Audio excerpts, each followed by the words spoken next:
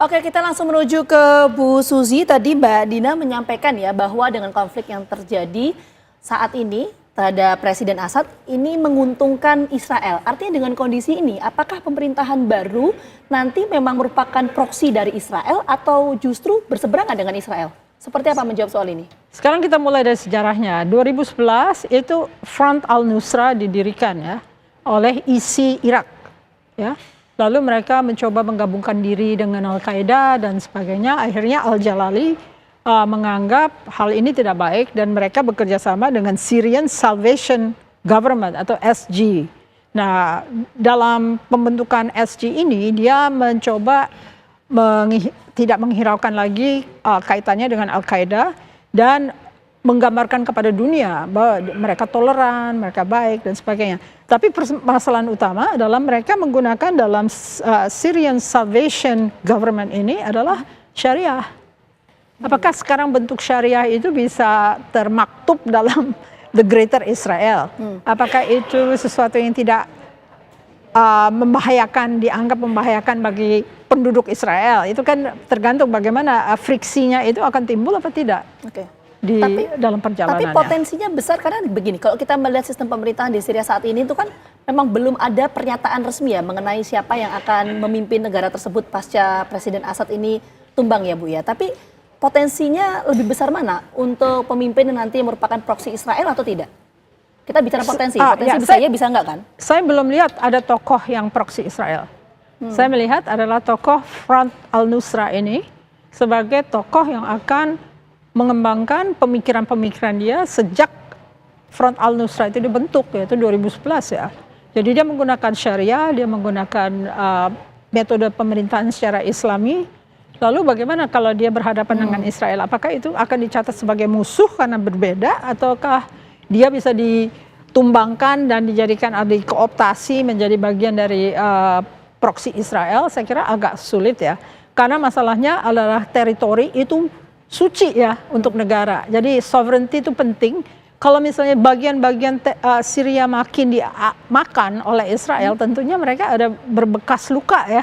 Yang itu nggak mungkin untuk menyatukan mereka sebagai bagian dari Israel Raya. Oke, kita menuju ke Mbak Dina lagi. Mbak Dina, kalau tadi disampaikan oleh Bu Susi bahwa potensi ya, sekali lagi ini kan kita bicara potensi.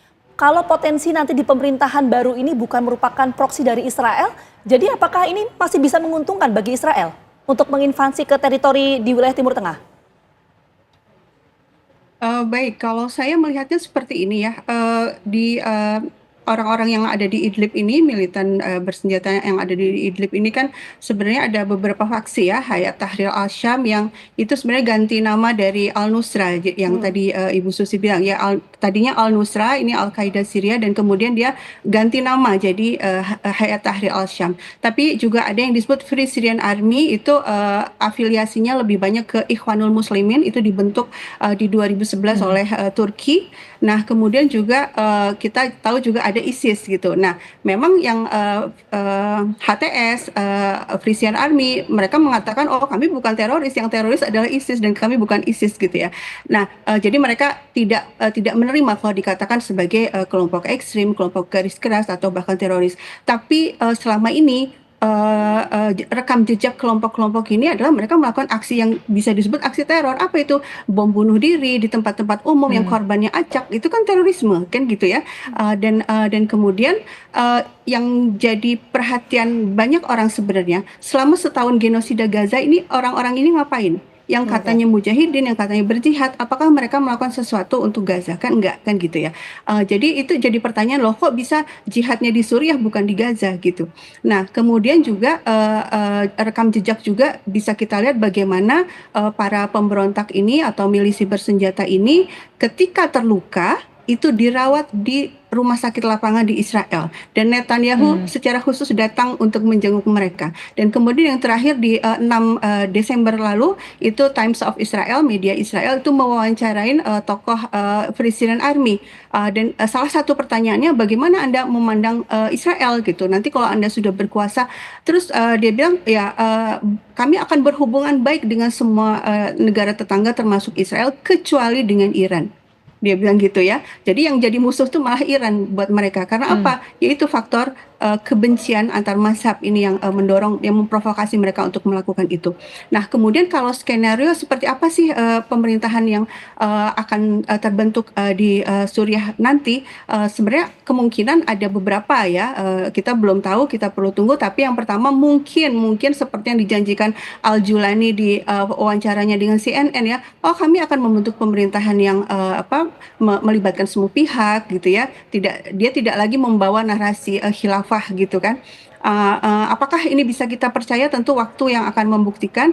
Kalau kita lihat bagaimana Afghanistan ketika Taliban di tahun 2021 mengambil alih Kabul, kan di berbagai wawancara mereka mengatakan, oh kami akan membuat pemerintahan yang inklusif, akan memberikan hak-hak untuk perempuan dan lain-lain. Tapi kan akhirnya sekarang PBB melaporkan, oh balik lagi seperti Taliban yang zaman dulu gitu. Jadi apakah janji itu akan terwujud atau tidak, tentu perlu waktu. Dan kemudian yang skenario kedua adalah balkanisasi Suriah tadi yang sudah disebut oleh Ibu Susi juga, yang Odet-Yinon Plan itu ya. Jadi membagi-bagi Suriah berdasarkan mazhab. Jadi ada negara khusus Kurdi, ada negara khusus Sunni, ada negara khusus Suriah. Nah ini skenario yang kedua. Dan yang ketiga yang itu saya khawatirkan justru terjadi chaos atau perang yang berkepanjangan karena perebutan kekuasaan dari faksi-faksi ini, karena mereka sebenarnya tidak sejalan ya. Mereka itu sebenarnya ideologinya beda-beda tapi dipersatukan oleh keinginan untuk menggulingkan Assad. Nah kalau yang skenario ketiga yang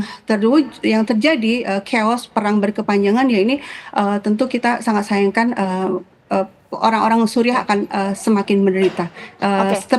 Kisah ini mirip dengan yang terjadi di Libya hari ini ya. Kan di Libya juga Gaddafi tumbang juga kan diawali dengan gerakan-gerakan yang katanya mau mendirikan khilafah gitu ya. Tapi setelah Gaddafi tumbang akhirnya malah chaos berkepanjangan sampai hari ini. Oke, baik. Saya menuju ke Bu Susi lagi. Bu Susi, kok tadi Bu Susi menyampaikan ya bahwa potensi untuk pemerintahan baru di Suriah nanti ini bukan merupakan proksi dari Israel. Artinya, apakah kelompok oposisi ini juga nantinya berencana atau punya planning ya untuk mengambil wilayah dataran tinggi Golan dari Israel, atau seperti apa Anda melihatnya? Seperti Bu Dina katakan bahwa Turki juga punya orang di situ ya. Permasalahan dari Syria itu kan pertentangan antara kelompok Ikhwanul Muslimin melawan kelompok yang biasa aja, Egypt dan Saudi Arabia yang Islam biasa. Lalu mereka tidak bisa menyelesaikan masalah Syria. Ternyata masalah ini juga berkelanjutan karena Turki mempunyai kepentingan. Nah kalau Turki mempunyai kepentingan, tentunya apakah Front al-Nusra atau HTS ini bisa bertahan atau tidak? Dalam artian bisa nggak dia memerintah dalam suasana serba penuh konflik dan Turki ketakutan akan negara Kurdi misalnya. Atau akhirnya Turki kembali kepada permusuhannya dengan Israel ya.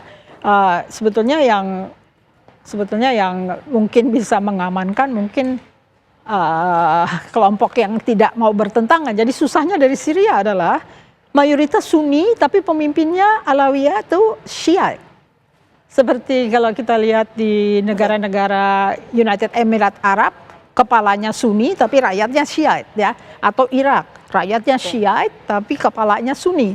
Jadi kompleksitas yang begini ini adalah hasil dari kolonialisme Barat sejak Lawrence of Arabia lah katakan gitu ya, yang akhirnya memecah belah semua setelah Ottoman Turki dihancurkan.